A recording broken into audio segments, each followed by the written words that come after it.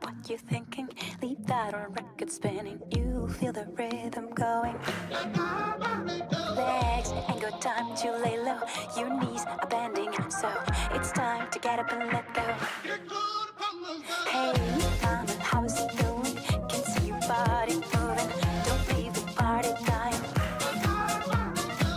Keep booty shaking, you know your head has no right to say no. Tonight it's ready, set, go. Baby, can you move around the rhythm so we can get with and jump around and get us a rock and roll round? What's it down, down, body, body coming with the super hottie? Let's go, no slow, hell no. Baby, can you move around the rhythm? Cause you know I'm living in the fast lane. Speed up, it ain't no game. Just turn up all the beams when I come upon the scene. Hey, brother, what you thinking? That good old sound is ringing. They don't know what they're missing. Legs ain't got time to lay low. Your knees are bending, so it's time to get up and let go. Hey, brother, nice and steady. Put down your brick, you ready. It's hot when things get messy. Keep booty shaking, you know your head has no right to say no. Tonight it's ready, set, go. Baby, can you move around the rhythm so we can get with and jump around and get us a rock and roll round? What's it down, down, body, body coming with the super hottie? Let's go, no slow, hell no. Baby, can you move around the rhythm? Cause you know I'm living in the fast lane. Speed up, it ain't no game. Just turn up all the beams when I come upon the scene.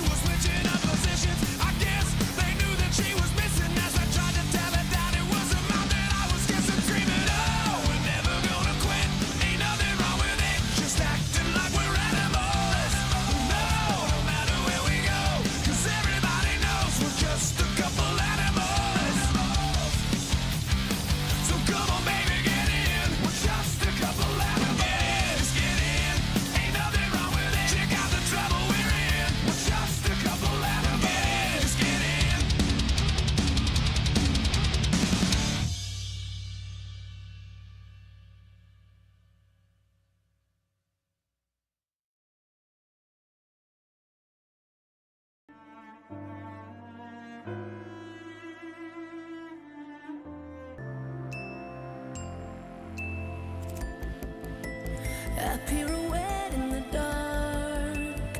I see the stars through me.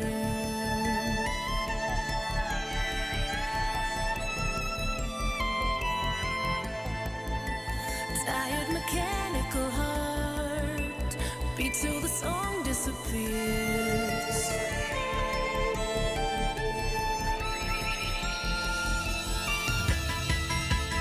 Somebody shine a light.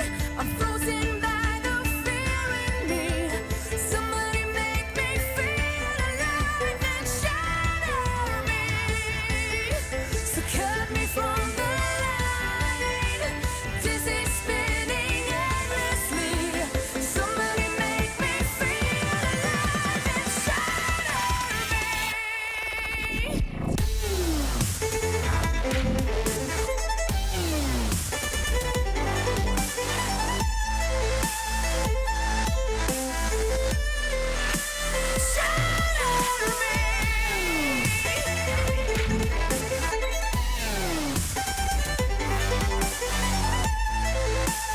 Somebody make me feel alive and shatter me.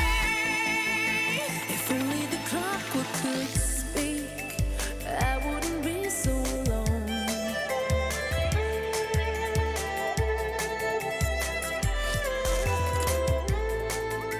We'd burn every magnet in spring and spiral into the unknown.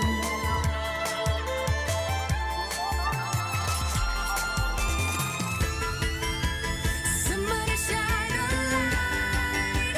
I'm frozen by the fear in me. Somebody make me feel alive and shatter me. So cut me from the light. Dizzy spinning endlessly. Somebody make me feel alive and shatter me.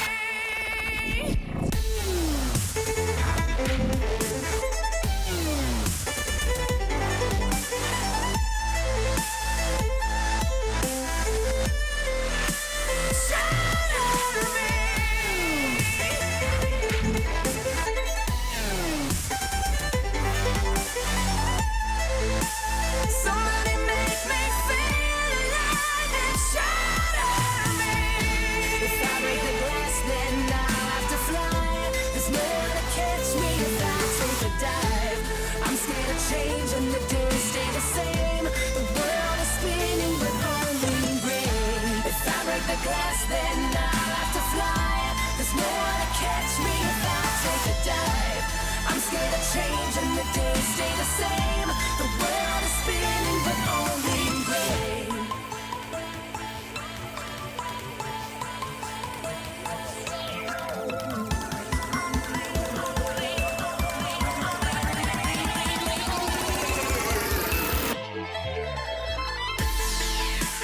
Somebody shine a light.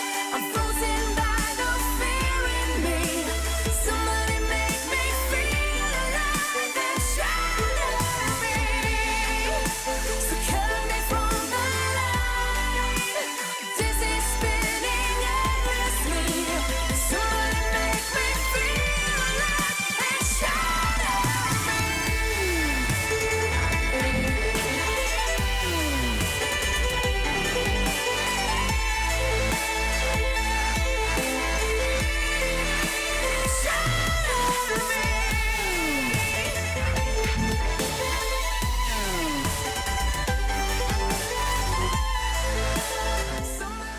이音楽だってレゲエ。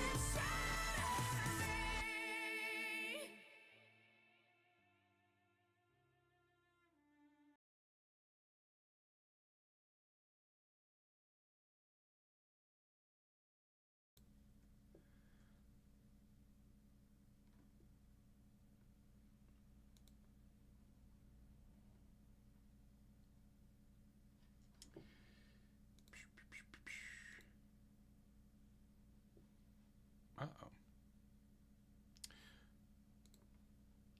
There we are. Hello, everyone.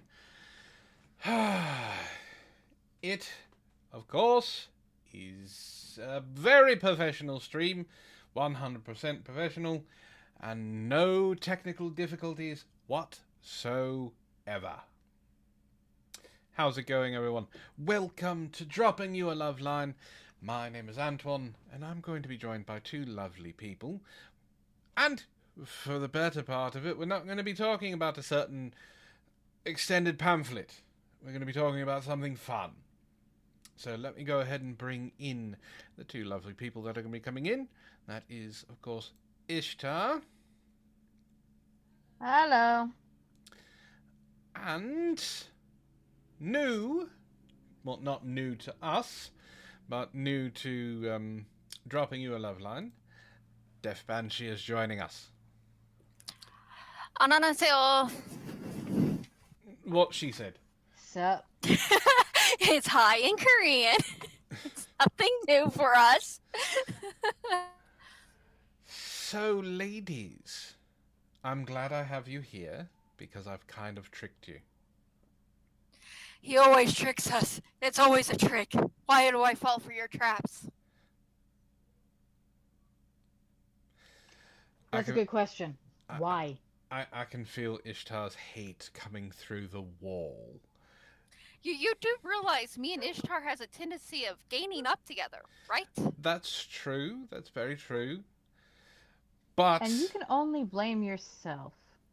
And we're both very stabby, so to be fair, Ishtar is about as stabby as a declawed kitten. I'm not declawed though. Yes, but you're also not in the same house. Planes And exist. honestly, I had 3 orgasms less than an hour ago. Believe me, there's nothing stabby about me right now. Keyword now. Well, Later, that might be a thing, but right now, He did mention he set up a trap for us. Oh. so from what From- I heard, since I still live with you and Matt, it wasn't 3, it was 5. I lost count. I stopped counting, honestly. That's fair. All right, so I lied. Counting's hard. I didn't trick you. We're not going to talk about why women deserve less. We are going to talk about what the title says, which is the do's and don'ts of the BDSM community. Fair.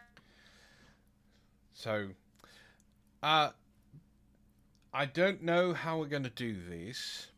If we're just going to do it and talk about and kind of meander like we normally do, or if you guys want a like structure, we can start with the beginners stuff and go from there. Antoine, when has structure actually worked for us? You're on a stream with like 2 ADHD people. Yes. I don't know what you're hoping for.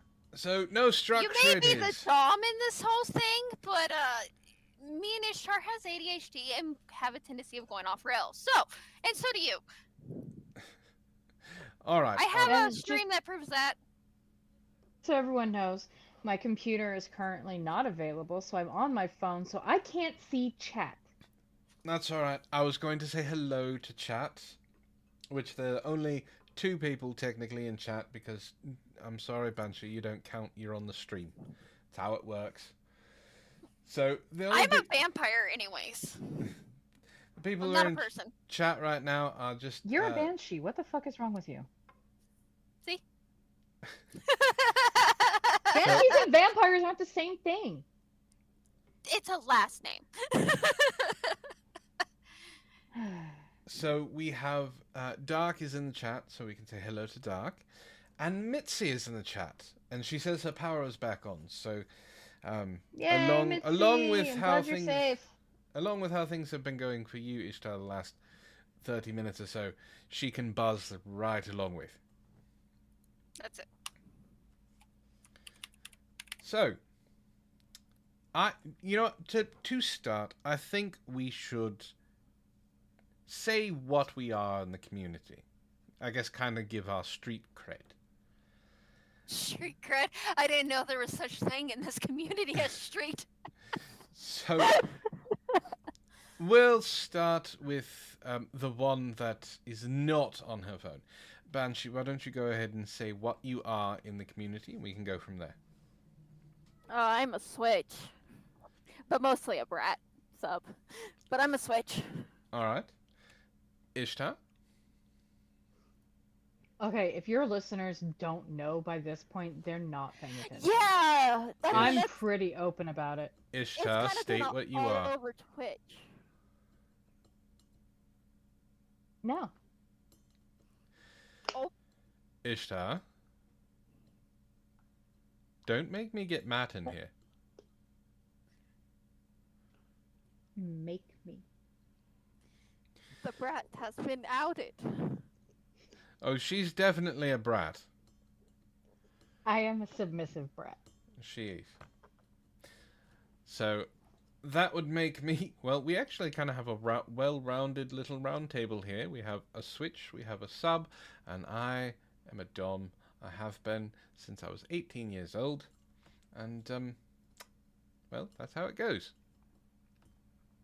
Now, we are going to be talking about the do's and don'ts of BDSM.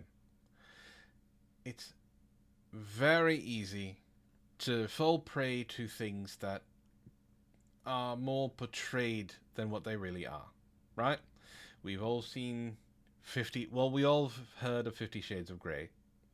Keyword heard. I've never watched or read it. Yeah, neither have I. Somehow. I have it. I have it because I was supposed to read it. Someone paid me $100 to read it. I got through the first 2 chapters and then stopped. It's awful writing. All I know of the thing is, other than the whole BDSM stuff that's in there, is the lovely trail of events that caused it to exist, starting with the Twin Towers. Yeah, it's just not good. But so, all right. There is a lot more to it than, of course, just being a dom, being a sub, being a switch. There is, of course, what it stands for, you know. Bondage, domination, submission, or slave and master. And there's other interpretations of it. So, I am interested in... Well, we could talk about how we got involved in it, and how you found out you are what you are, if that's something you two would want to do, and then we can jump right into it and talk about some of the basic rules. That's a good question. I don't even remember. It was so long ago. All right, let's start with basic rules then. We talked about Consent is I important. didn't even get a chance to respond. Rude. Yeah. Wow. What about Ishtar? Let her. I want What- to hear her response. What about Ishtar? I want to hear her response to the question. How did she get What do into you it? mean, what about Ishtar? What the fuck is wrong with you, Antoine? Do I need to get Matt in there to correct your attitude? I am not a sub. Trust me, he'll make you a sub. You're a demon. Just is coding. All right, Ishtar, what do you want to do? Well, I was referring to talking about how we got started. Okay, we can do that. Go first. See, she said she didn't remember. Yeah. Another lifetime. Don't remember it. For me, it was brace yourselves. A book, Shocker. multiple books. I'm absolutely dumbfounded by that answer. Let's just say that my curiosity was seated. How old then were you? Young. So See, that point it I actually could was. answer. It I actually was like not a book. What it actually was let's see. I think I was probably. God, this is going to sound absolutely awful, guys. Bear with me. I think I was probably 11. And the 11. neighbors had a the neighbors had a collection of dirty magazines that they did a good job of hiding. But at that age, I was a snoop, and they hired me to house sit for them. Which, since they were neighbors, that consists of going over, letting the dog out, feeding the dog, letting the dog back in. Running through the rubbish, rummaging through their dresser drawers, going underneath the It was bed. actually on the top shelf of their closet. So you And, got a well, step ladder to get up there. yeah. Uh, but that was where my curiosity started, and I was preteen, so it was like, oh, hey, this is entertaining. All right, I'm bored now, and moved on for many years. And then it was reignited with some books, and curiosity and interest and arousal just kept going from there. And then Matt came into my life, and happily for me, because I have my sex life is shockingly limited for being as naughty as I am. I've only ever been with two men. Matt was and is the first one to be interested in a sort of thing, much less have experience with it. So he has been my, all right, here's your fantasy and here's the reality of it, the person. But I remain vulnerable to words, and he uses that to his advantage. Not only are you vulnerable to words, you're vulnerable to voices as well. I am. Yeah, very much so. All right. Do you remember how you got into it, Banji? I just remember I was 20 years old. That, believe it or not, that's around a normal age. I think most people get into it around 16 to 18, um, where kinks and fetishes and stuff starts developing. Well, Um, according to my psychology class, the average person gets their sexual awakening and could also find the community about around the time Ishtar did for the exact same way. Just they don't openly say it until around 20. that's fair. I mean, to be fair, I mean, I was just as curious as Ishtar at a young age. I didn't find any of the rough stuff. Like I saw my first penthouse, I think when I was 13. Um, and then I saw my first like hardcore magazine, I think at 14. Um, and then my first video at 15. Like it escalated. Um, Like but for me, my whole childhood, I mean, this is, you can find this amongst all of the streams all the way back to Chaos 120. My childhood was not that great of a English bring up. So I didn't know a lot of things, especially when it comes to sexuality. I had my sexuality waken up by the Pink Power Ranger, the first one. to But be fair, if you weren't attracted to the Pink Power Ranger, there's something wrong with you. but I didn't realize anything to do when it came to my sexuality until I want to say my sophomore year. I discovered that I was into both male and female. And then it was after I moved out, I got kicked out when I was 18 that I actually started discovering myself and left my abusive ex boyfriend person, which was about 20 something. That's all I could tell you when it comes to that stuff. Round 20 to 22 is kind of like a big blur because one thing led to another, and I was discovering so much aspect of my personality at that time. I couldn't tell you where one began and the other ended. I think I started getting into the um, the rougher stuff around 17, and that was because I found a story archive, like erotic stories, and they had some of the more rough stuff in it. So I started reading some of that. So, kind of like Ishtar, I got awakened through words. And then I joined a forum and it was all over after that. So I would say hi to Sparky, but he came in and he left. Yeah, he saw the title and ran away. And how's it going, Psycho Cat? Now, okay, so here's the important part. How did you find out? First of, we'll go with Ishtar first, and then Banshee, and then I'll answer. How did you find out you were what you were?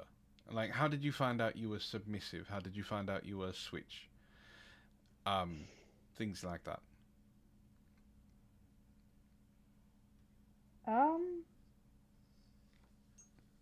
I don't know. I've just never really wanted to be the. I guess I just never wanted to be the person um, doing the things. I. You always wanted to have them done to you. Mhm. All right. So being a dom never appealed to you. Um. Every now and again, I enjoy the fantasy of doming mostly another woman. I don't see myself doming another guy, but it's only fantasy. When I think about actually doing it, it's not really appealing. All right. Banshee. In high school, I want to say my sophomore year, I started dating this girl. We dated for 7 years, and well, I started off very dominant in that whole relationship, and then I went to a decently healthy relationship with a male and found out that I was very much a submissive brat with him. And then there was this period of time that I just let myself be myself, and I realized I had ways of wanting to be dom and wanting to be submissive. It kind of was a thing. Whoa, that's him. All right. I was in the middle of talking about that, and then randomly my sim just came as close to the screen as possible.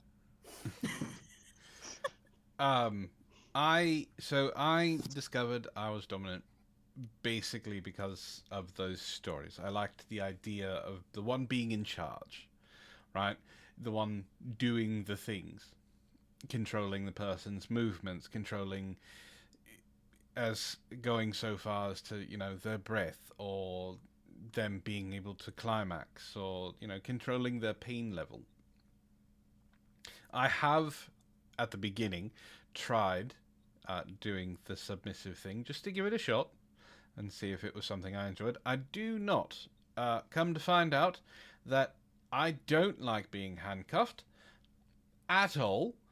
And I'm not necessarily one for like being choked or anything like that. That's just not my cup of tea. So I found out very early on that I needed to be the dom.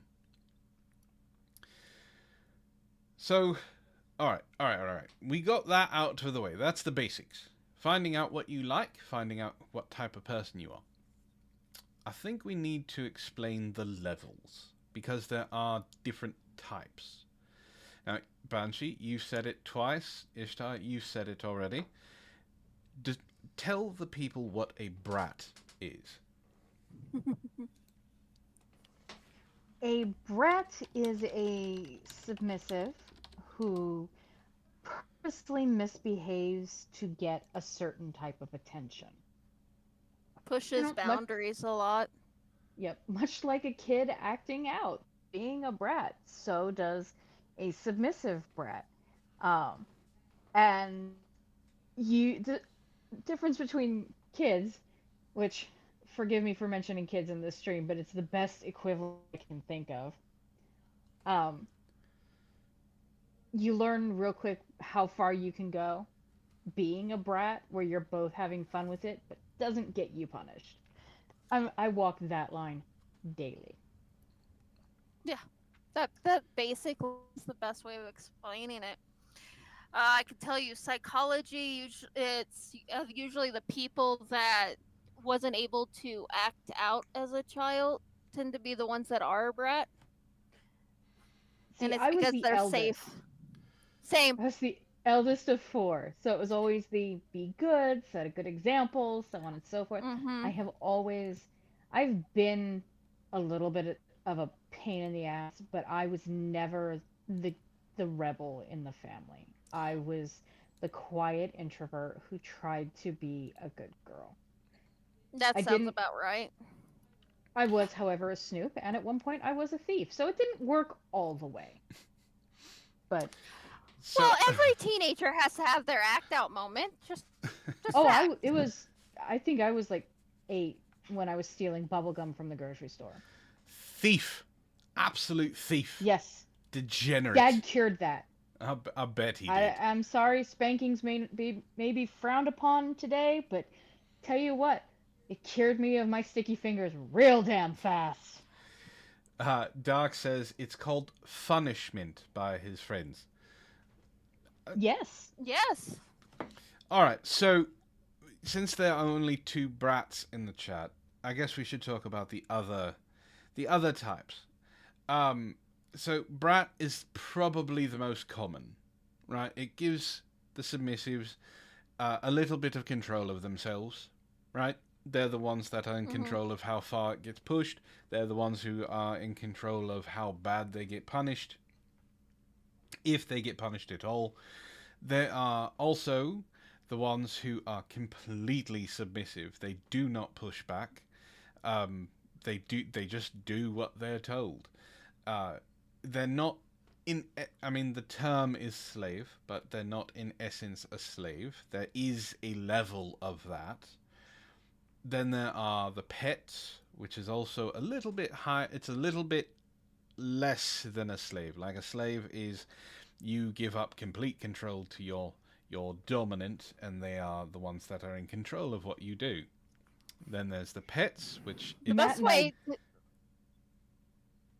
Matt and I to simplify what you're getting at. We tend to view as submissive pet slave from lightest to heaviest. I that mean, the works. best way to describe pet is exactly just what the word implements. It's no different than your pets in your house for the most part. Aside from like, because there's serious pets, right, where you have to be Yeah. fed and played and groomed and things like that.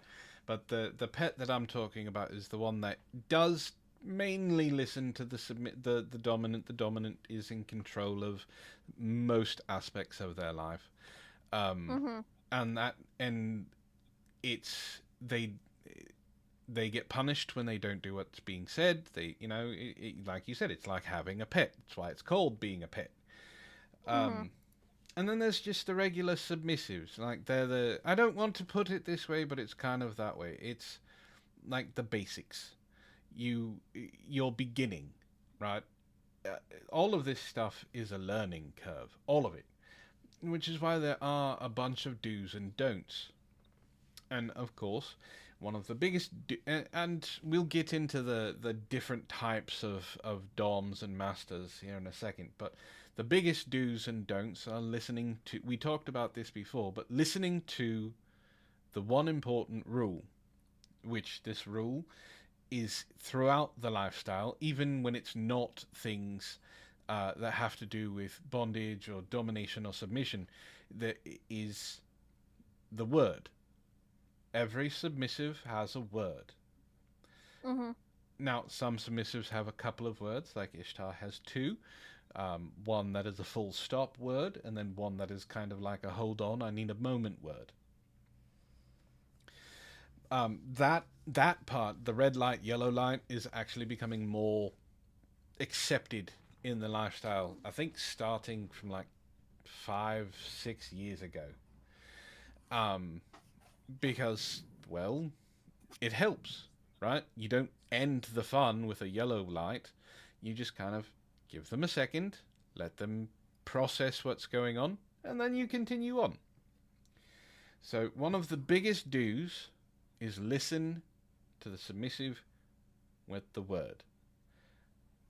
Because, as you said at the beginning of this stream, BDSM is about one thing: consent. Consent, consent, consent. It's one. Consent is like the most important part of being in this lifestyle, and Mhm. anyone who does not respect consent, and when I say respect consent, I mean you can change your mind in between one paddle and the next, and that's the end of it. And I Your will say consent is done. there's some really toxic people they're in the community that says Yep. I'm a dom and they will not, and I mean will not listen to any of your safe words because I'm the dom. You must do what I said. Those are Which not real the Not DOMs. real foolish, doms. Yeah, absolutely run. foolish. Because here's the thing. Here's the thing that I have known and Matt enforced to me. It is not the dom in control. Mhm. It is the submissive, which also explains why I'm a submissive. I'm a little bit of a control freak in some areas. Yeah, Um, that word puts a stop to everything. And and if they don't listen, at that point they are assaulting you. They are not consensually engaged. Yeah, like it's seriously if they will not respect you and do not consent to you. Like for me, I like I said I'm a switch. When I'm in my sub, I have 3 safe words, and those are the same two as like Ishtar, and the third one is because I have pots. It's the oh shit, I'm going to pass out. Catch me. Having a dom that refuses to listen to any of those words can actually be very deadly for someone like me who has pots. yeah, it's also Hmm. extremely, extremely dangerous. Just Mhm. even if you don't have that, and you say you're a submissive and you're into breath play, right? Hi. If your dom does not listen to you, well, that's how you end up on Law and Order. It's Dun dun yeah, dun. it's so important to listen, and that is the biggest do, is just consent, because your submissive is consenting to you doing the things that you're doing to Mhm. them. And that then brings us to the different types of DOMs. And there are many, because there are many different levels and layers of kink in the BDSM Mhm. community. You could be into rope play, be a rope bunny, right? That Mhm. basically is someone who enjoys being tied up, enjoys shibari, which I've always wanted to learn. It's a beautiful knot Ditto. tying. It's beautiful when done correctly. Can also be done very wrong, and then you basically have a noose, and that's not good. You can My be. one of my sisters, she has a friend who uh, does shibari, and apparently one of the things that they've done a couple times on hangouts is her friend will pull out rope and just start knotting over their clothes, and she says that it is actually really comfortable. Well, it's. It also helps you correct your posture. Um, Yeah, so, Hey, question that's kind of very off topic. It's kind of not off topic when it comes to my stream. Um, in the 1800s, was tuxedos a thing, in the or am I too 1800s, early? Mm-hmm. not that I know of. Okay. not that type of tuxedo. Not yeah, not Was like we know it formal today. wear, But yeah, but I mean, not. there was definitely classy clothes that you had to wear. It would be much closer to the Fred Astaire long tails and top hat style Yeah. than the modern tuxedo. Um, But even then, it's still it's not the same as the Fred Astaire style. It's just closer to it. yeah. Okay. So Thank you. yeah, so there are rope bunnies, but there are forgive the term pain sluts. Mm-hmm. Ishtar can raise her hand for that one too. Um, Mm-hmm. so that dom would be a sadist. They enjoy causing pain. And I want to preface this: there is a difference between pain and hurt. Pain is temporary, hurt is emotional. So, Pain is also purely physical.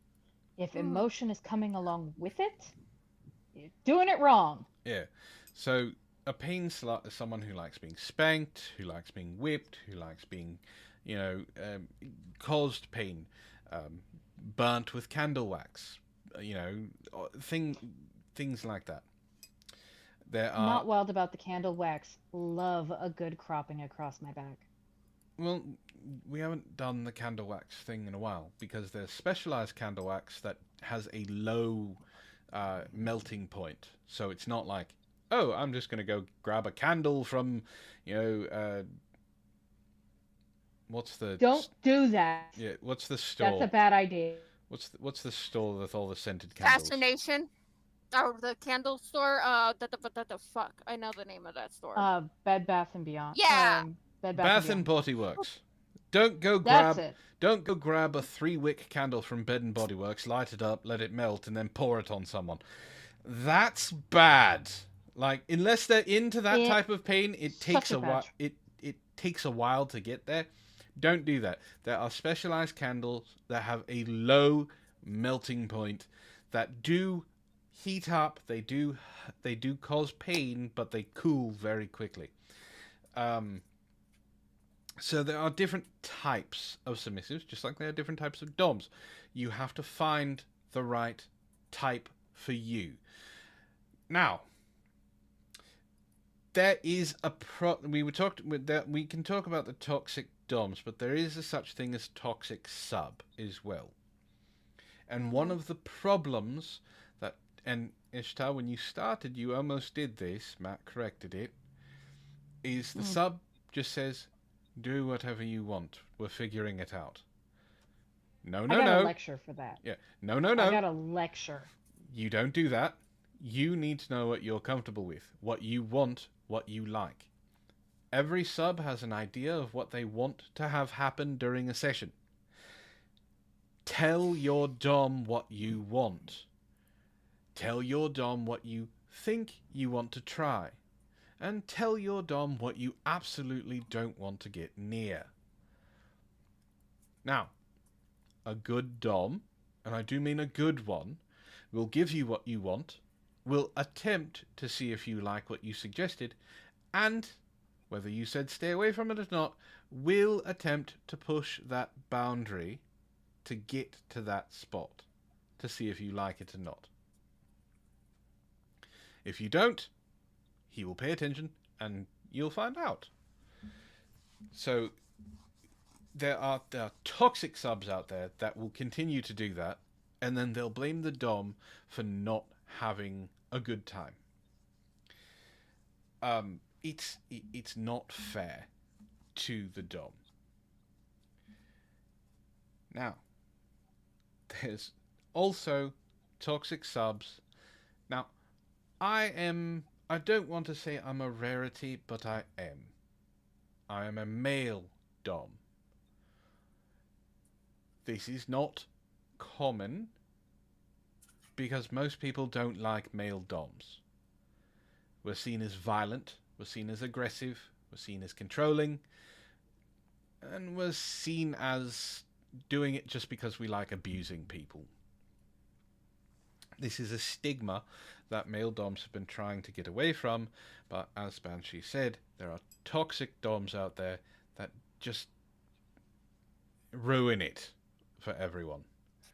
Yep, and it's the toxic ones that cause the stigma you guys are fighting against. Yes. That also gets helped along, the toxic stigma gets helped along by the toxic subs. Oh, he just beat me, he didn't do what I wanted. Like you said, you had a dom that did not listen whatsoever. Mm-hmm. That's a toxic dom. He shouldn't be in the community whatsoever, and anyone finding out about it who is in the community should ostracize him until he learns. And I want to point this out. I know we don't have many people in chat, that's fine. How's it going, Rotten Corpse? There is a community. That's why it's called a lifestyle. There's a huge community of these people. And if you get found out being something that you're not, and it gets around, like, Ishtar, I hate saying this, but I have to use your ex as an example. My what? your ex saying he's being You cut out one more time. I have to use your ex as an example.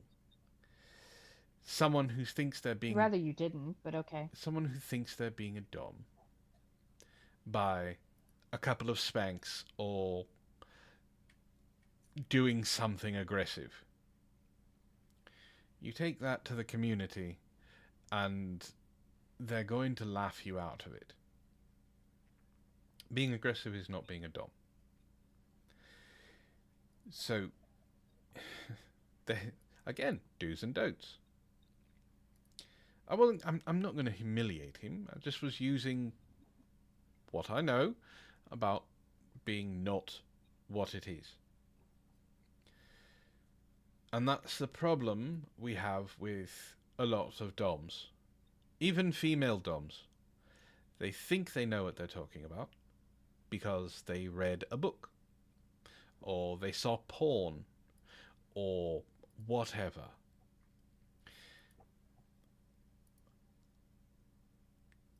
There's more to it. And I think porn is a problem. I will agree, especially with certain things we've been seeing in all the communities. So, I didn't come up with the term, but it's out there. It's called porn-brained, right? People see porn, and they think that's how it's supposed to be. That even goes into the BDSM community. Now, there's a lot of BDSM porn out there. There's a lot of written BDSM porn, because a lot of the things that people want to do you can't actually film because it could be considered a crime. It's some of the professional stuff is like, you've all seen it, like a woman being tied up in stocks and her ass is being turned not bright red but like black and blue in the video. You're actively watching them just wail on this woman. That's not BDSM. That's trauma. Now, I'm gonna push back just a. I'm gonna push back on that one just a little bit. By all means. And I'm gonna Because help she's her there. too. She's consenting, Uh-huh. and she may be at that level of pain where she wants that. I was just And going I to have say also that. seen videos. What? I was just going to bring that up. That she may be at that level. I have seen videos of women who have been caned so hard it cut their skin. Mhm. And afterwards, they were freaking happy. Some people get really, really deep into pain. I'm not one of Not yet. them.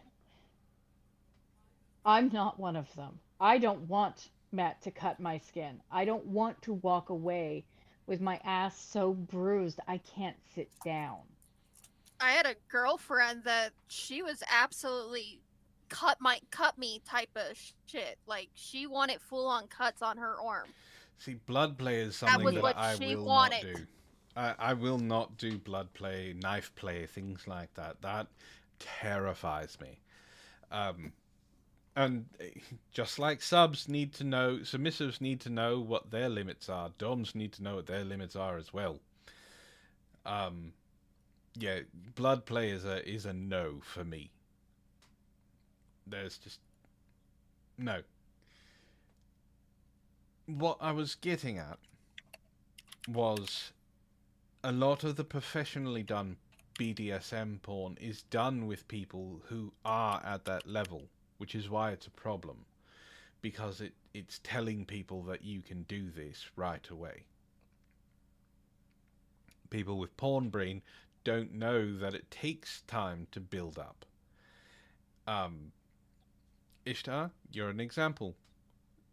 You were at a point where you were taking paddling, hard paddling. You were being pushed to tears, and you were fine. I was. Now, I don't think you've been paddled in a while. I have not. You've had the belt used. You've had a crop used. The belt brings me to tears, but I do like it. I love the crop. So it shows that you can build to that, but you can also lose it really quickly. If you stop doing it for a while, you lose that tolerance, and then you have to build it back up. So I like amateur BDSM because it does show a little bit more of the reality of it, right? Even though some amateur is actually professional, just made to look it.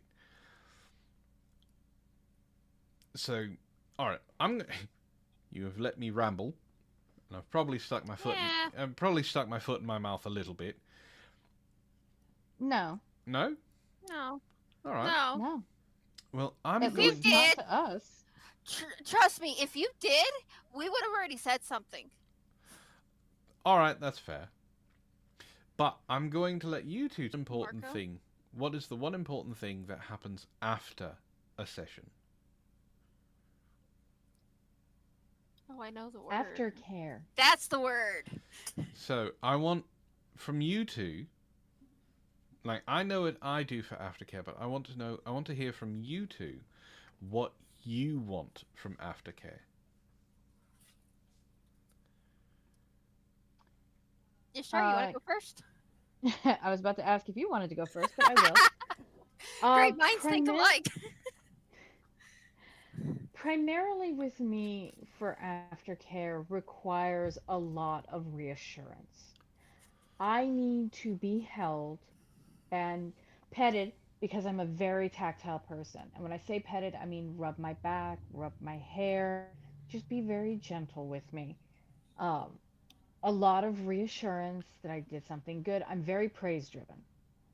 And that's something that Matt uses on the regular. Um, but I need to be told that I did good, that I'm impressive. I need to know that it's over. I love being in scenes. I really, really do. But I need to have a definite end. And aftercare helps reinforce that end for me. That it's everything is going back to normal now. And I need obviously snuggles and probably a nap. 99% of the time a nap. But that's usually all I need from aftercare. If I'm hurting really bad, a little bit more physical attention, like get me water, painkillers, but there has only ever been once where it was that bad, and it took 4 days to recover from it. When was It was that? also the time that, huh? When was that? It was early on when Matt and I were playing rougher. I think was when I had a higher pain tolerance and I was aching. He got me some aspirin, and then I didn't want to play for like 4 days. I didn't make a big deal about it, which communication is key, kids. Tell your dom. And I didn't really make a big fuss about it because, again, that's me. I'm very reluctant to talk about it. But um, it's only been the one time. Rest of the time, it's been good. Sometimes your balance slips. You get back to it. All right. Banshee, what do you want from aftercare? It really depends on the type of day I'm having. If I'm having one of those days where I'm very sensitive to pain, very similar to what Ishtar just said. But if for some reason my health is amazing and whatnot, and I think I'm invincible, I'm gonna push myself too far, and need somebody to tell me I need to stop before I go too far. I'm right there with you. I will try and push through and just keep going. I need someone to also be the lookout to make sure I don't do something stupid and remind me and bring myself to earth.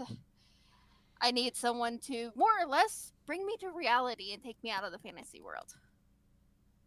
All right, that's fair. Um, I've said that a few times. But it's fair because it's something. A lot of people look at this and think, "Oh, how could you do that?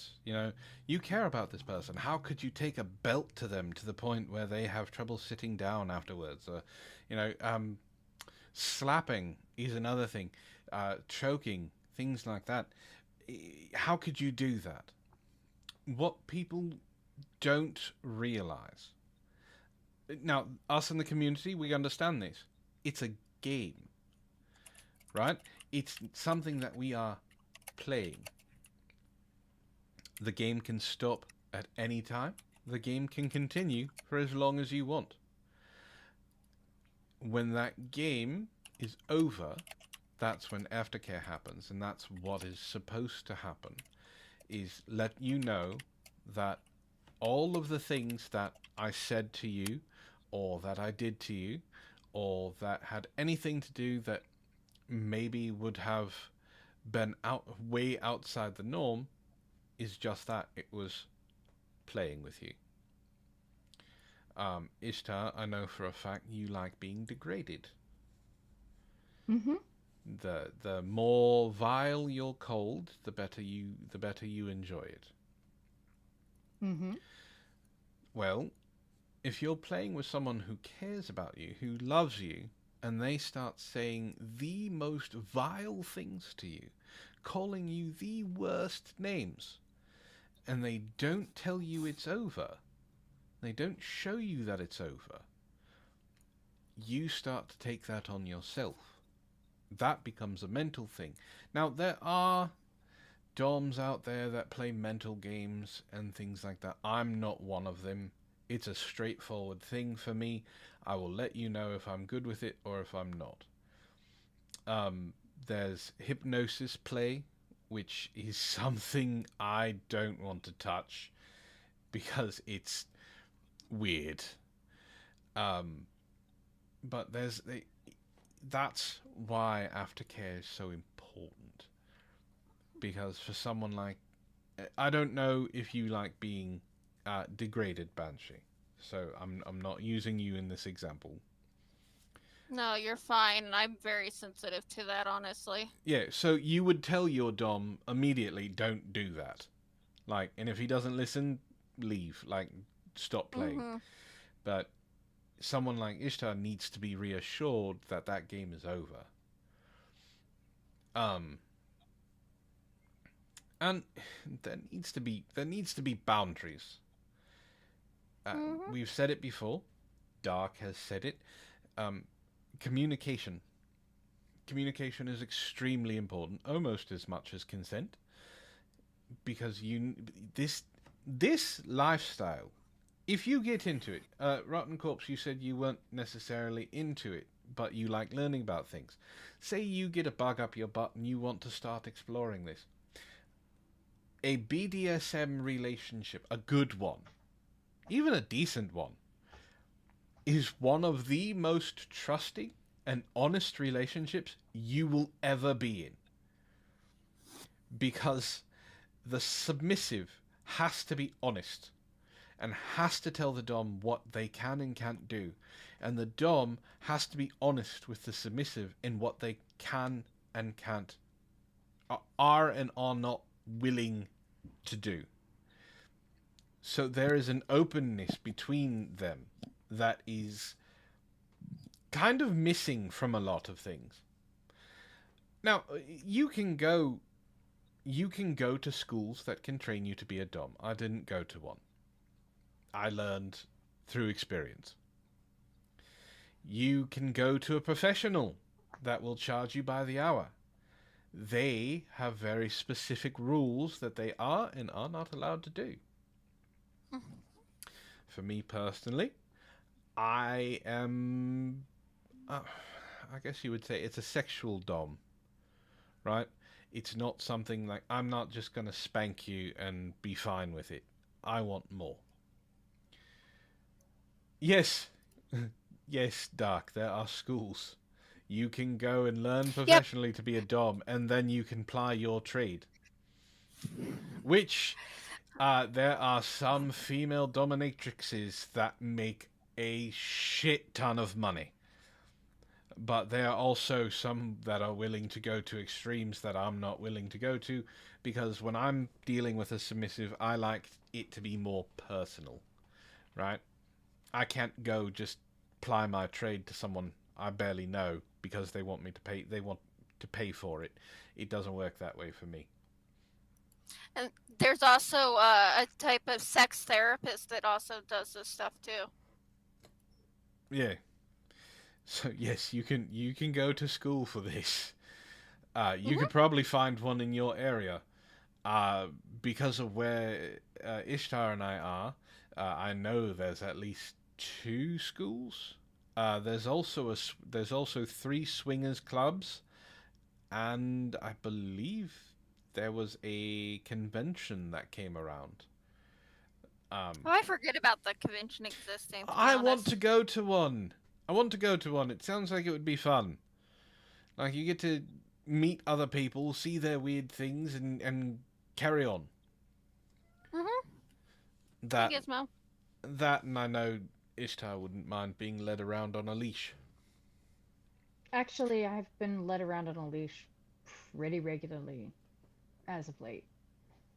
I find wearing a collar to be very comforting in public for the past 3 or 4 weeks.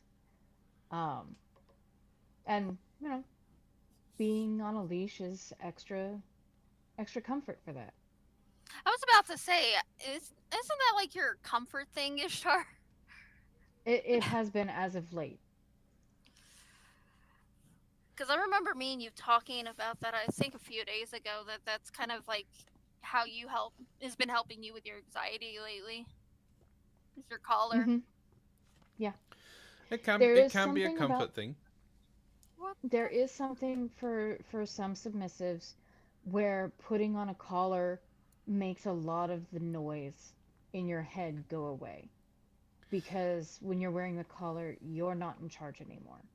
It's whoever's the person who's collared you. Um, it just it helps sometimes, but it doesn't always help. So if you're not in this lifestyle and you're not a submissive, it's not gonna work for you. Yeah.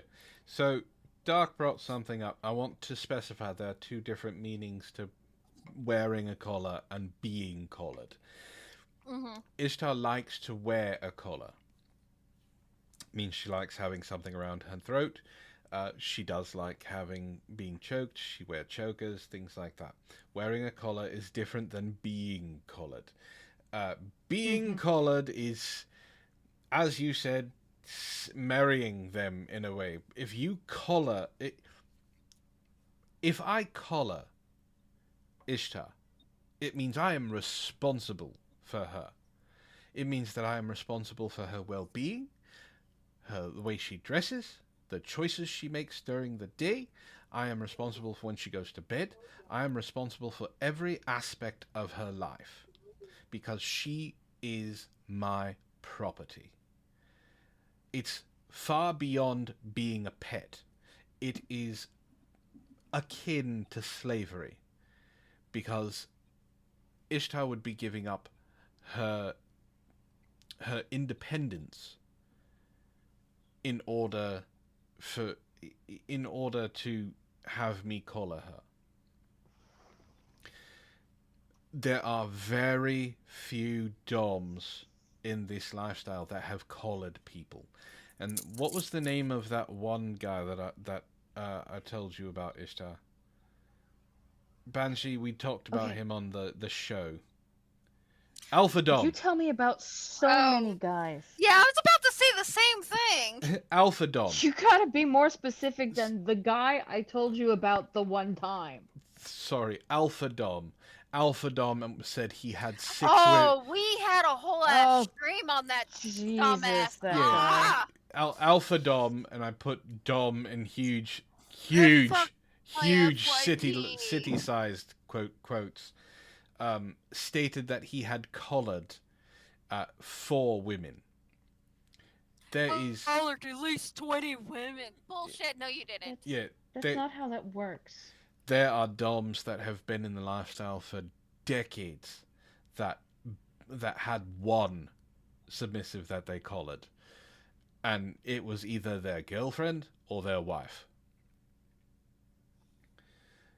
So it's so yeah, you might, if you're collaring someone, you might as well be marrying them. So I can agree with that.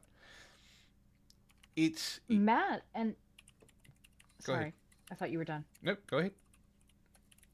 I was going to say that I collared. Matt collared me.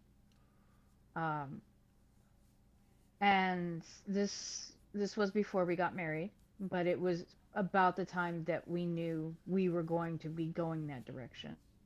And we had been playing very steadily in the BDSM. So we talked about it, and he explained to me how serious a commitment that was. I agreed to it, and after a session, he collared me. And honestly, it's been absolutely lovely. But like all relationships, it takes work, and what it looks like changes consistently. It's in constant evolution. You just have to hold true to the key parts. Sometimes I get a little lazy and take advantage of the fact that he's responsible for me. But, you can do that in a regular relationship too. You have to remember not to let it go too far, to let it go too long. Again, communication is paramount And to making this. he's also actually punished you. Hmm. That's part of the trade-offs. I have a bad habit of when I feed the cats, I will leave the wet cat food cans on the counter because I feed the cats and then I immediately move on to something else. Well, he got very tired of me not putting it away and told me next time you do it, I'm gonna spank you. And I was like, yeah, okay, whatever. Much to my shock, the next time I did it, he bent me over the counter and tanned my hide.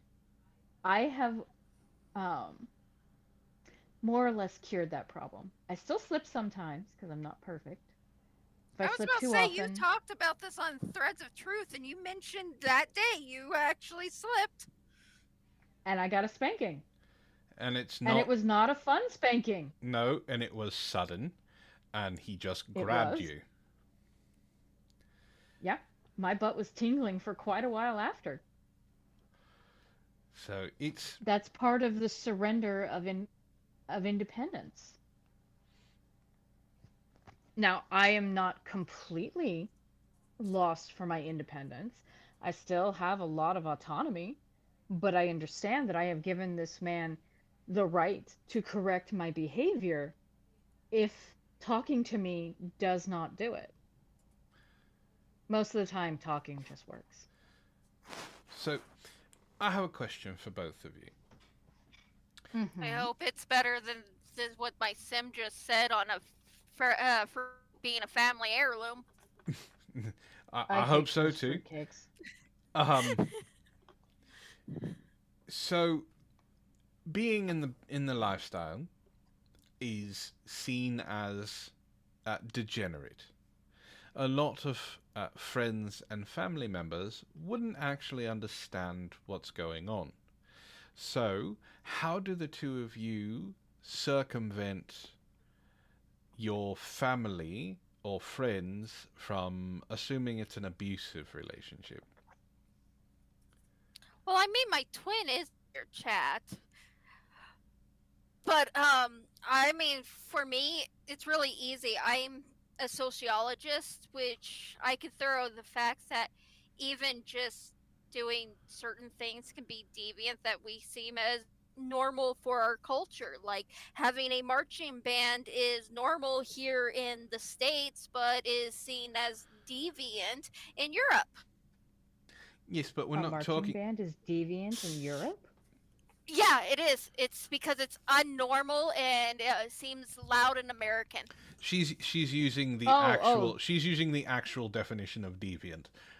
Yep. yeah, I'm I talking caught about on to that. the sexual That. version of deviant. Oh, why? But that's exactly what I do with my family, and you could ask my twin. I just point out that just because that's sexually deviant doesn't mean anything. And then I show them something mundane, and then they're like, "Oh, okay, I get it." For my part, I either discuss it with people who are in the lifestyle, um, or at least I know are open-minded enough to trust.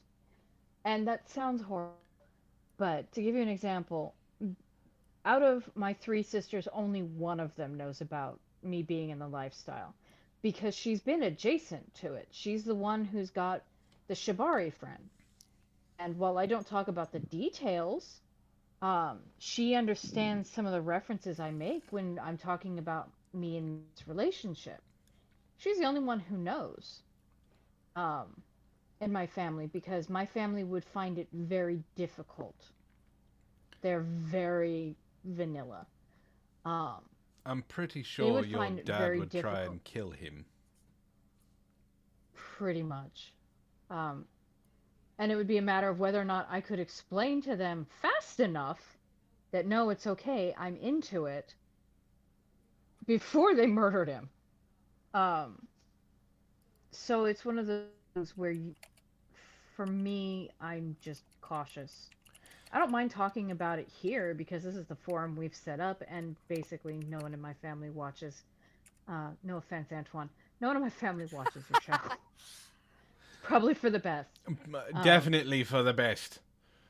I'm gonna yeah. agree with Ishtar on that one. Usually, what I only tell people very surface level shit when they start targeting me.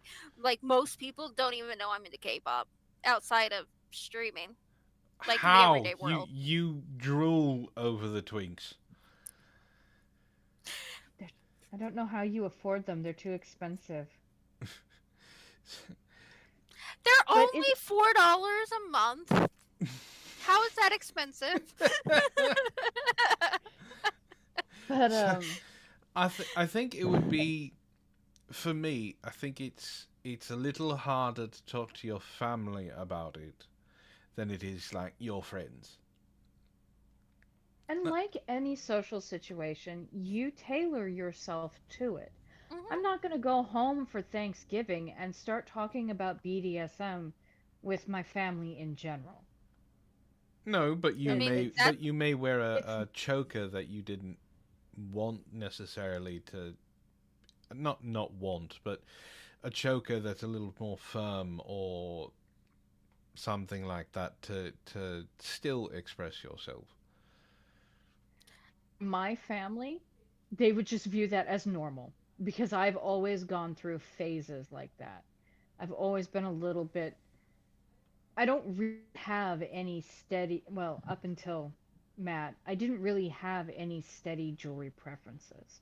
So it would not be unusual for them to see me wearing a heavier Whoa, collar. I'm playing. Now, seeing me wear like a dog collar, that would get their eyebrows to raise.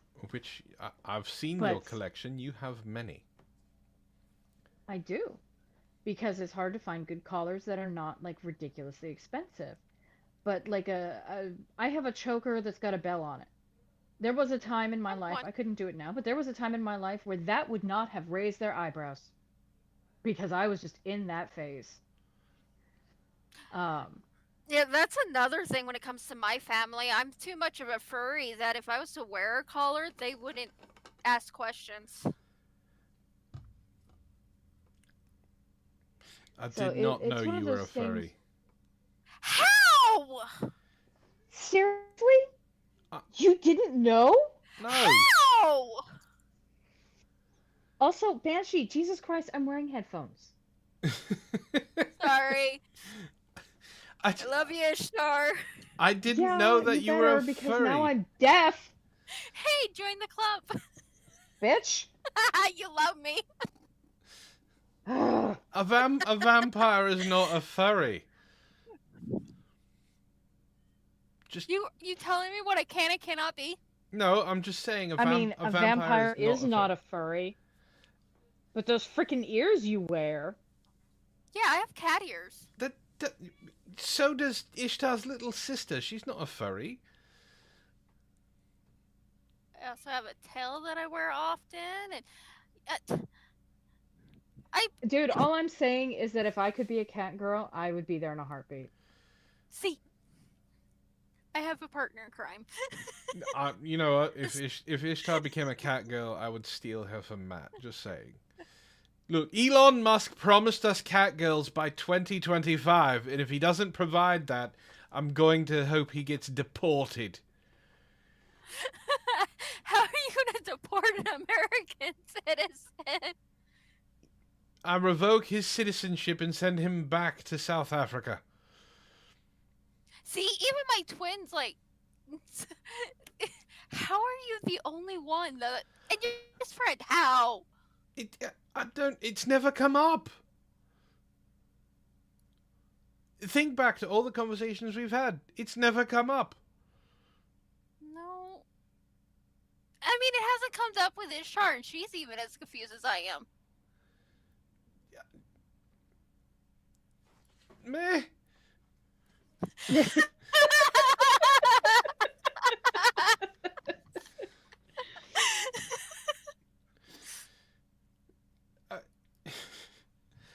I think back on topic.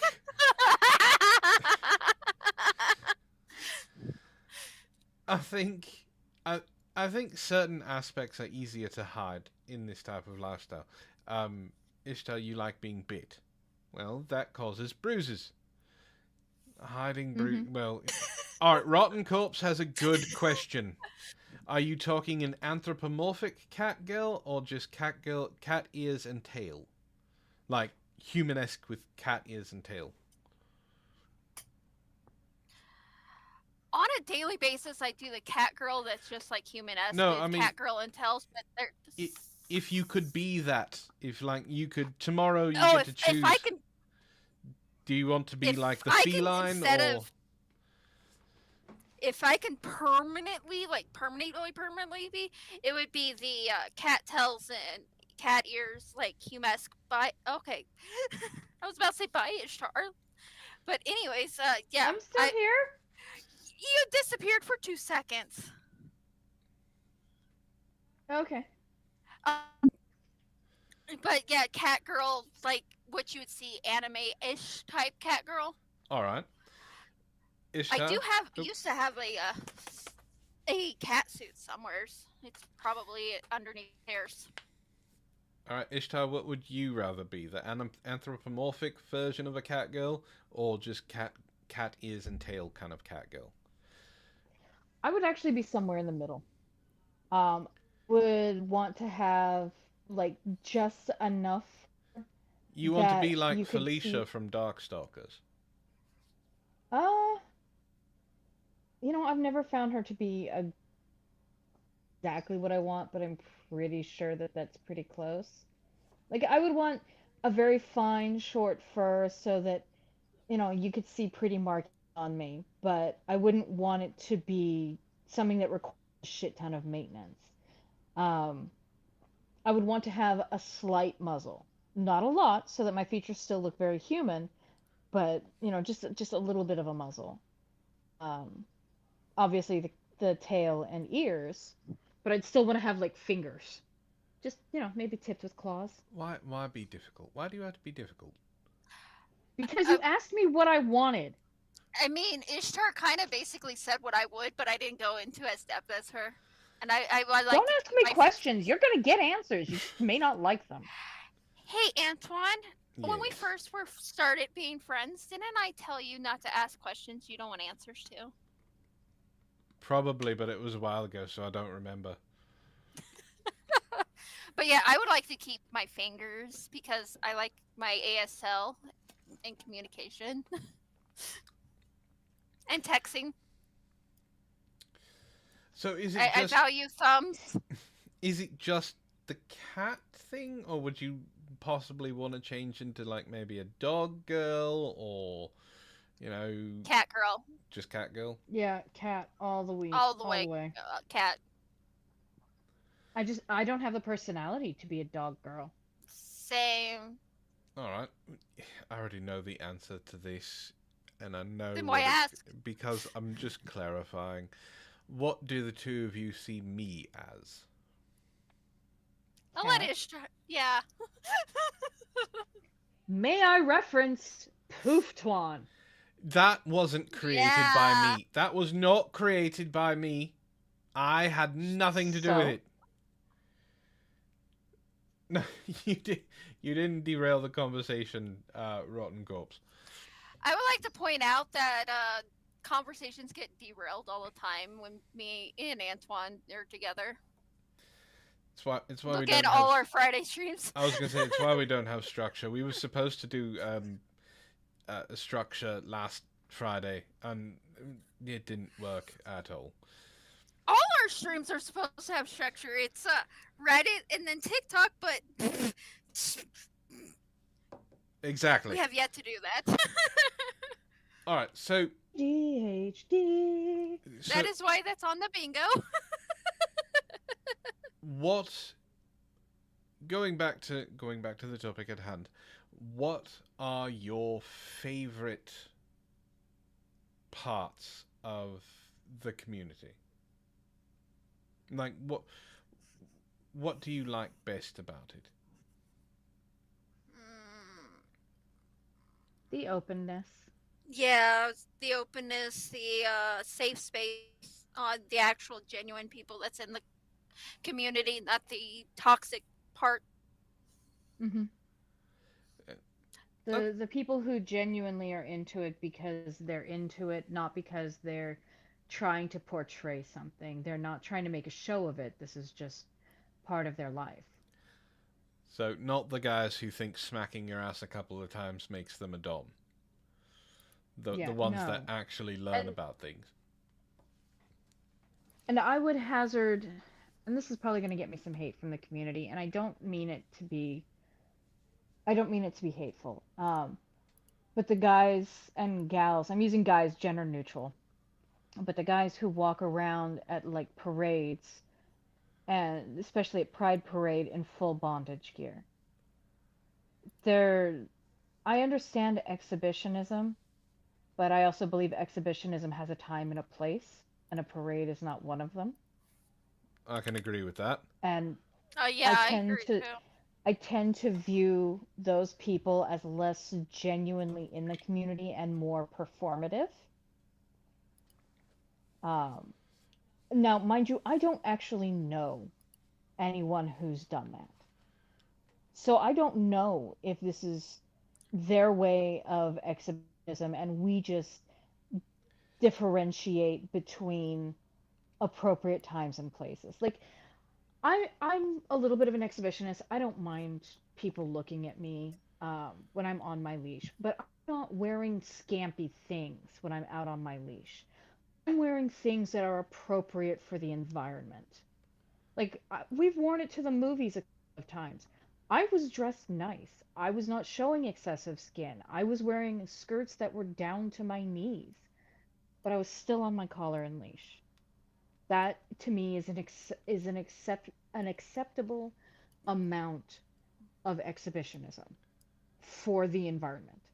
Because I don't know who else is around. I don't know if there are children around. I don't want to have to answer parents' questions. I don't want to have them ask parents questions like, "Mommy, why is she wearing a kitty outfit and a collar at the movies?" Mm. The worst question that I want them to have to deal with is, "Mommy, why is she on a leash?" And 9 times out of 10, the kids will probably come up with their own answers. Like I'm pretending to be a dog or something. And I would like to point out that kids, depending on what age, their imagination goes wild, so it could go into things that we wouldn't think of. Yeah. Yeah. The So leash that the it's leash like- that you're on is containing your superpowers, so that's why they have to keep you, shackled. Or she's actually a demon and they have to keep her leashed or she'll attack and it's destroying. I mean, kids' imaginations are crazy. She's a demon with a weakness for giant pretzels. I And can that was believe not a euphemism. Our favorite movie theater has salted pretzels that are the size of that. a hubcap. And they're warm and soft and So, fresh, and they come with cheese. what I'm hearing is when I come and visit, we're going to go see a movie. I don't give a shit what kind of movie. I'm just there for the soft pretzel. It We can is walk in called. and order a soft pretzel and leave. It's called the Bavarian Legend. Yeah, it's two meals for me. But um, it's one of those things where if you're going to be an exhibitionist, if that is part of your nature, more power to you. Just be appropriate. Don't. There are times and places that exhibitionism can be displayed full bore, right? I remember Ishtar telling me about a time where she put in her tail, which she does have. Mhm. She had a collar, a leash, a short skirt, and Matt took her to a park. It was a empty park, but We made sure of that. as soon as a father brought his two kids, they left. Like, it wasn't, Mhm. oh, we're just going to continue hanging out at the park. It's, okay, this is something kids don't need to see. So I'm in 100% full agreement with the whole, look, there is times and places for this stuff. Pride parades have gotten a bad reputation for just letting your kink flag fly. Right? That's not Oh where it It's my should less happen. god. it's less about gay, lesbian, etc. solidarity and support and more about hedonism, Yes. which totally in my opinion corrupts the message of the parade and Mm. makes it even less child appropriate. I mean, I've gone to a couple of the was actually in the parade multiple times because of this college that I was going to was part of it, and I was in student government. I've seen some women that's full on almost like naked, like barely wearing a thong. Well, Like in then Colorado, it's legal for women to be topless. Like these women are barely wearing anything to cover up the vulva. it's funny. The states, I think New York, Colorado, Florida. I think you can do it in California, but the states that allow that, the women who choose to do it are the exact women you don't want to do it. Like I'm for girl power, but if your tartars are hanging down to your knees, you should probably wear a bra. Just say. Mm. But Again, it's about appropriate dress and awareness of where you are. Mm. Like I have no problem with women being topless. It's no different than men. That like it's just more fat. What I have a problem with is the that is not the right top. Is the barely wearing something that covers your vulva. The like, dealing with the little kids, which is going to cause even. I don't like even men wearing being topless in front of little kids like toddlers because they ask the weirdest questions and it becomes really awkward for the parents. so Corpse says, I'm almost tempted to invite y'all on to a stream just so I can ask questions easier. I find conversations like these fun and informative. Well, I hope we're being fun and informative. I mean, we're probably going to be ending here soon because it's, you know, my shows aren't This is a supposed to. shorter stream to begin with. Yeah, Yeah. and we've already gone an hour and a half. Um, So if you want to bring, like, I know if you let me know ahead of time, I'm available. If I'm available, I'll jump on and you can ask me anything you want, within reason. But talking about stuff like this, I'm just like Ishtar. I'm very open about not only my sexuality but what I've done. Um, I joke about being half gay all the time. I found out. I have a clip about that on TikTok that I, went semi-viral. I have I have had relationships with men. I have had relationships with women. Um, I'm very open about who I am, which is why when the red pills start going after things that I've said, and they start going after, oh, are you gay? It's like, I'm half gay. What's your point? You know, if you're accepting of who you are, a lot of this stuff is easier to deal with. And that's something else that is very important for this lifestyle. Accepting who you are for what you like. Right? If you, it can be, I don't want to say humiliating, but it can be extremely embarrassing to ask for something that you want, especially if you don't know if your partner is going to be okay with it. Like we stated at the beginning of the stream, Ishtar is an audiophile. She loves hearing things. She loves being talked to. She also loves reading it. Mm-hmm. Um, Words are my weakness. so having a partner that is okay with asking, hey, can you talk to me during sex? You know, talk to me while this is going on. It can be embarrassing at first, but if you accept it and your partner accepts it, it becomes much easier. We've already said this is a extremely open and honest lifestyle because you have to be. If your partner shames you for any kink you have, you're with the wrong one and you should leave. And another thing, when we're using my psychology class again, if communication is key. If your partner shames you for anything or tries to make it where you do not communicate, you two do not belong together. End of discussion, full stop. And communication, even over the tiniest little things, like this color looked weird today and it gave me a weird thing. It may seem very odd, weird, and not something you think your partner should know, but you should tell them. A perfect example is this afternoon. A friend of mine at work gave me a new fidget toy to play with. I had not expected her to. She had it, and I'd never seen it before, so she let me play with it, and I was instantly like, I need this in my life. I was planning on begging Matt to go to Walmart so that we could go buy one, and she just gave it to me. For Oh, that's real some sweet. for some strange reason, it moved me to tears. It was a simple little gesture I didn't know I needed. I told Matt about it in the car, and the first question out of his mouth was, is there something I'm not providing to support you? What can I do to prevent you from being unhappy? And I had to explain to him it wasn't him. It wasn't anything I anticipated. These were not upset tears. It was just something that hit me in the moment over a fidget toy. Most people would be like, why are you worrying about that? What's the big deal about that? It's about communication. It is. I had a moment that was emotional, so I told my partner.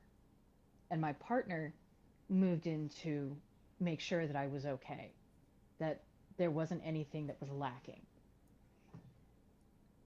So, communication over the littlest things is so important. And it really helps in other portions of your life as well. It really does. And me and Antoine has said like countless times, especially on Threads of Truth when we're doing Reddit, communication, communication, communication. It's a lot of times the problems couples have is they don't have good communication. They just stop talking to each other Mhm. and they Once let that it happens, fester. your relationship is over. Mhm. So it's extremely important in a BDSM lifestyle. You have to be able to communicate. Ishtar, you were talking about how you push through. You said the same thing, Banshee. You do things because you want to keep going because you want to please your partner. If you can't, I want to make Matt proud of me in every scene we do. I want him to be able to look at other Doms and go, What the? my pet will do anything she can to make me happy in a scene. yeah. So but you also have to communicate that you've reached a boundary, like which is important. You have to. So pushing through is great, but if you've pushed too hard and you don't let your dom know, he's going to think that that's the farthest you can go each time. Mhm. So go ahead. I was just gonna say I'm gonna kind of sort of throw Ishtar in the bus with her story she just said, but kind of not. It just is a good example, like with what Ishtar said about the fidget toy. With women, also with our cycles, we get become very emotional in specific areas in our cycle. Can't remember the name of the part of the cycle. It starts with an L. We become really emotional and everything just makes us either very happy or very mad, and knowing that aspect also is a good thing to communicate, because then Hmm. your dom doesn't think they're doing something wrong if they are a good dom. So what would I guess this will be the last question for the two of you. What makes a good dom for you? One that listens. I mean, One I is it can trust. That's another one. Trust is a key one. They listen, trustworthy, understand limitations. Will listen to the You, limitations, don't push the limitations. no, I'm okay with pushing the limitations as long as we both are naturally moving to that place. Mm-hmm. Um, I don't I don't necessarily like the idea of my dom sitting down with me and mapping out I'm going to do X, Y, Z in this Yeah, order. I don't want to know everything he's doing. same. I basically and I like spontaneity. I like things natural. I don't it's not a production. This is Mm-hmm. something intimate between us. It needs to feel natural. So for me, a good dom is one that he'll push my limitations as long as it's not a forced situation. It's just something that is working comfortably for both of us, which puts a lot on him, I know. Yeah. Um, because he's not only got to keep track of what's going on with me and what he's doing, but he's got to think ahead to, do I push this or is she not ready for it? And Matt, I hope Matt understands how much I appreciate him and how safe I feel with him. Yeah, Because that that's the phase. other thing, is you have to be feeling safe. Mm-hmm. And I mean, you're giving up control of your body to somebody who could hurt you so easily. Mm-hmm. And very few people would do anything about it because of the scene that you're in. There's a lot of misconceptions about BDSM. There really So is. And a lot of you stigma. have, yep, you have to feel safe with them. So that's what I look for in a dom, is one who's comfortable and natural. I can trust him. He's safe, and then gives good aftercare. Mm. Yeah, 110% agree. Hmm. all right? I'm probably Turning going. it back on I you. was going to say I'm Yeah. probably going to regret this. I'm going to give both of you one question. No, no, no, no, no. No, no, No. yeah, yeah, What makes a good sub for you? yeah, yeah. Nice try, by the way. I was Still gonna Uh-huh. with that I was gonna question. give you each one question. So, Uh-uh. Mm-hmm. We asked Uh-huh. you. oh, Yeah. what makes a good sub for me? Well, communication. That's kind of on par with being a good dom. Being submissive, I want them to listen, right? So I don't mind the brattiness, but when things start getting down to business, I expect them to listen. Respect is a big thing. So you have to respect what I'm doing, because I am doing this not just for me, but I'm doing this for you. So I and then, you know, they have to be able to, for me, because I'm a sadist, they have to be able to take, well, they have to be able to take pain. But that's more of the kink part of it. So, yeah, respect, communication, things like that. And they leave me That with dead is so silence. vague. It's not. Look, The I'm not, ending there is vague. Yeah, very vague. I need So them things like that. That's vague. That is literally the definition of vague. I gave my examples of what I want. And You what did, and then you followed it up with a vagueness. Yeah. I don't know what you want What me is to the say. one question? What is the one question you were planning on asking us? Yeah. I wasn't planning on asking you questions. You said you had one question for each of us. No, I was going to give you two one question to ask me. Oh, okay. Well, I already asked mine. Banshee, you're up. We asked the same question at the same time. So Yeah, you get a free one. I don't know what to do with this. Too much pressure. Too much power. I am not in a dominant mood. all right. What's your favorite color? There's your one question. It is not related to anything.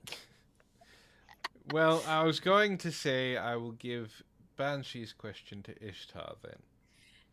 That works.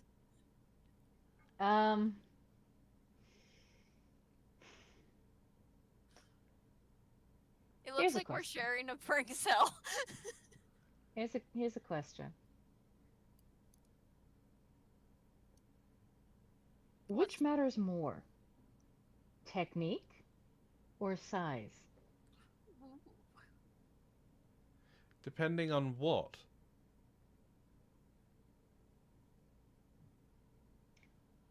What do you think? Well, we're talking about being, dominant and submissive. Are we talking about toys and technique in that aspect, or are you talking about cock size?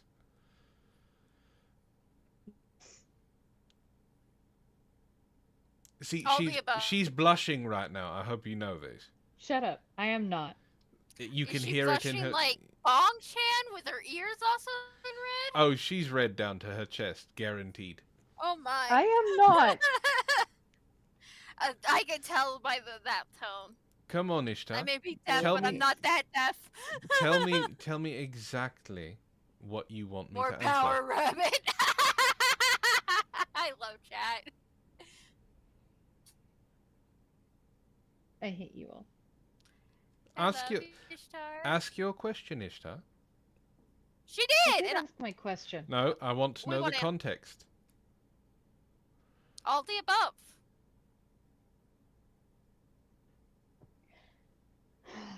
Come on. I mean, it was already clarified. It's all Yeah, of I the want above. to hear you ask me the question. I don't wanna. You don't want Oh, to you be a don't good like girl? this double team? You don't want to That's be a good girl mean. and ask me a question? That is mean. So mean. Come on. Since when do you not like the double team between me and her? Cock size. So your question, to clarify, is what's more important? Being able to use a cock or the size of the cock? Yeah. Do you hear the blush in her voice? Shut up. I'll fight you.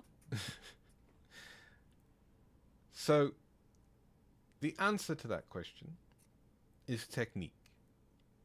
Most women, on average, have a certain depth to their vagina.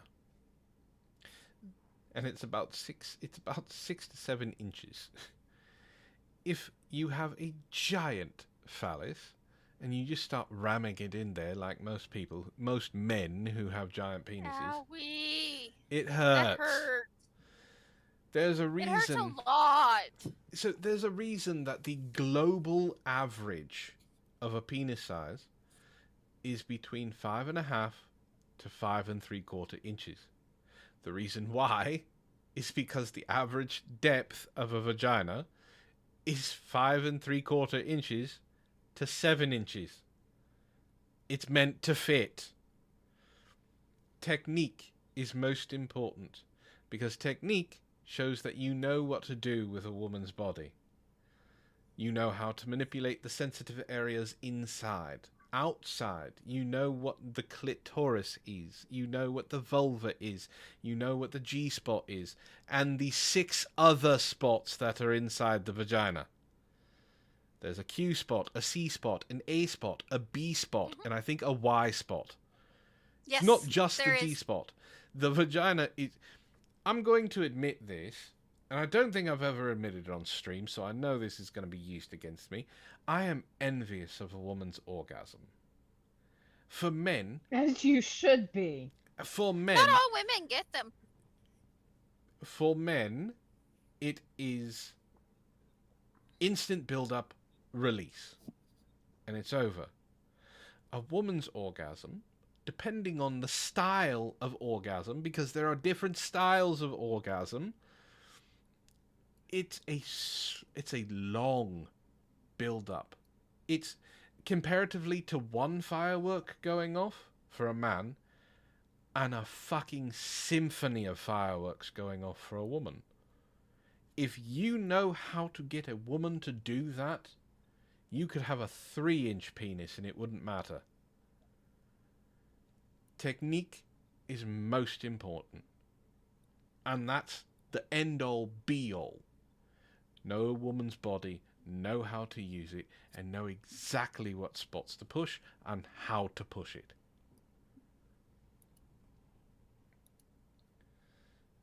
Did that answer your question, Ishtar? It did.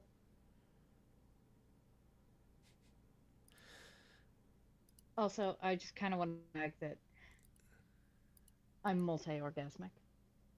Same. Isn't it great? Yes. That's also It's also something I'm rare envious thing. of, by the way. That's the reaction I was going for. Oh, so you envy us not only because we're multi-orgasm, but also because we can go to sleep at the drop of a hat?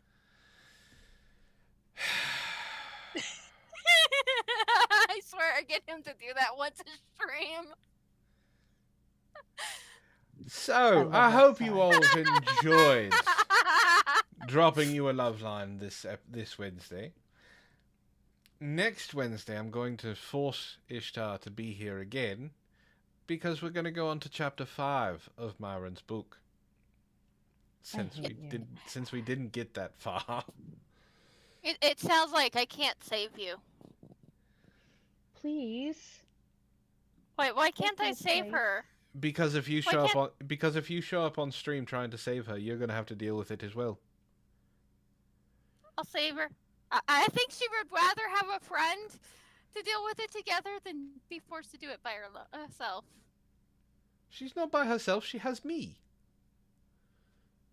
You know what I mean. Banshee, next week, please.